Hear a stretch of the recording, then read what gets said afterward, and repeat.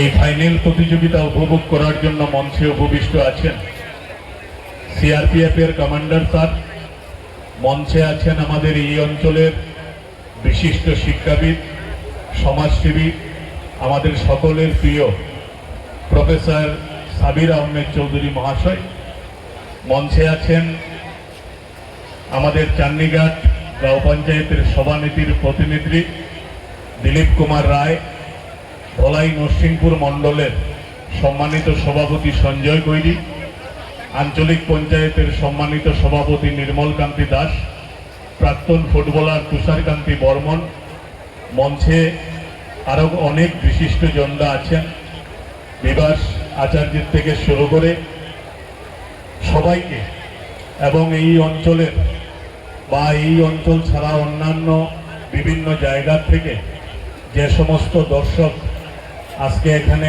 খেলা উপভোগ করতে এসেছেন।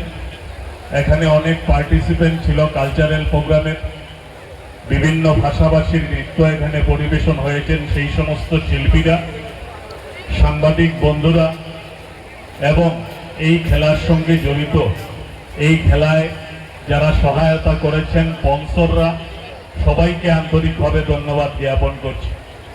এখানে 16 টিমের খেলা, আমাদের 14 দিনে খেলা সম্পন্ন হয়েছে এবং আজকের দিনটা ফাইনালের দিন, 15 দিন এখানে খেলা হবে। এখানে বিভিন্ন দল এই টুর্নামেন্টে অংশগ্রহণ করেছে। ফার্স্ট সেমিফাইনালে জয়লাভ করে ওসমান এফসি ওনারা ফাইনাল খেলার সুযোগ লাভ করেছেন। সেকেন্ড সেমিফাইনালে মাহি এফসি ওনারা জয়লাভ করে আজকে ফাইনাল খেলার সুযোগ পেয়েছে। এই দুইটি দলই ভালো, খুব ভালো পারফরমেন্স খেলোয়াড়দের। আমি আপনাদের বিভিন্ন চ্যানেলের মধ্যে খেলা দেখেছি এবং মাহি এফসির খেলা সেকেন্ড সেমিফাইনালের দিন আমি মাঠে বসে দেখেছি। দুইটা দলই ভালো। এখানে যারা দর্শক, আপনাদেরকে আন্তরিকভাবে ধন্যবাদ জ্ঞাপন করছি। গ্রামেগঞ্জে যে সমস্ত ক্লাব এনজিওরা আছে তারা অ্যাকচুয়ালি এখানকার যারা ফুটবল প্রেমী, যারা সাধারণ মানুষ, তাদেরকে আনন্দ দেওয়ার জন্য টুর্নামেন্টের আয়োজন করে থাকে। আর সেইভাবে ফ্রেন্ডসের এনজিও আয়োজন করেছে। আপনারা দীর্ঘদিন থেকে সবাই এই মাঠে খেলা উপভোগ করেছেন। সুন্দর এবং সুষ্ঠুভাবে বসে আপনারা আমাদের এই ফ্রেন্ডস এনজিওর কার্যকর্তাদেরকে সহযোগিতা করেছেন, তার জন্য আপনাদেরকেও ধন্যবাদ জানাই।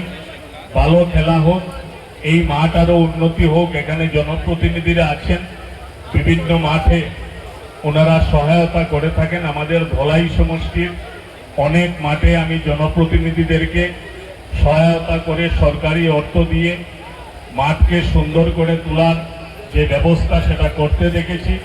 আশা রাখছি আমাদের জনপ্রতিনিধিরা ভালো কর্মঠ, ওনারা মানুষের জন্য কাজ করেন। এখানে সাংসদ আছেন, বিধায়ক আছেন, পঞ্চায়েত আছেন, আঞ্চলিক পঞ্চায়েত আছেন, আমাদের জেলা পরিষদ আছেন।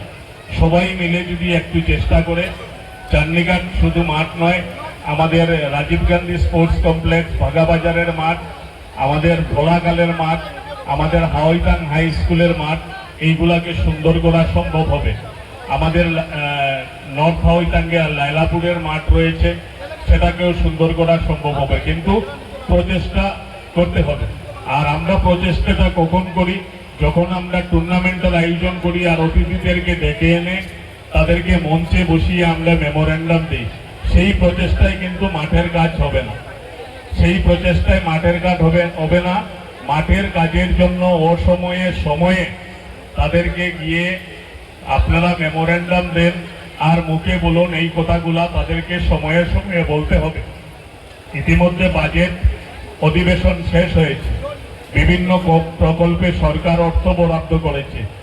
বিধায়ক আসার পর আপনারা বিধায়কের সঙ্গে ফ্রেন্ডস এনজিওর যারা কার্যকর্তারা আছেন আপনারা যাবেন, এখানকার আপনাদের যারা পঞ্চায়েতের প্রতিনিধিরা আছে তাদেরকে নিয়ে আপনারা চেষ্টা করবেন একটা একটা করে, যে যদি প্রথমে আপনাদের ক্লাব হাউসের প্রয়োজন হয় তো ক্লাব হাউসের কথা বলবেন, বাউন্ডারি ওয়ালের প্রয়োজন হয় বাউন্ডারি ওয়ালের কথা বলবেন, গ্যালারির যদি প্রয়োজন হয় গ্যালারির কথা বলবেন।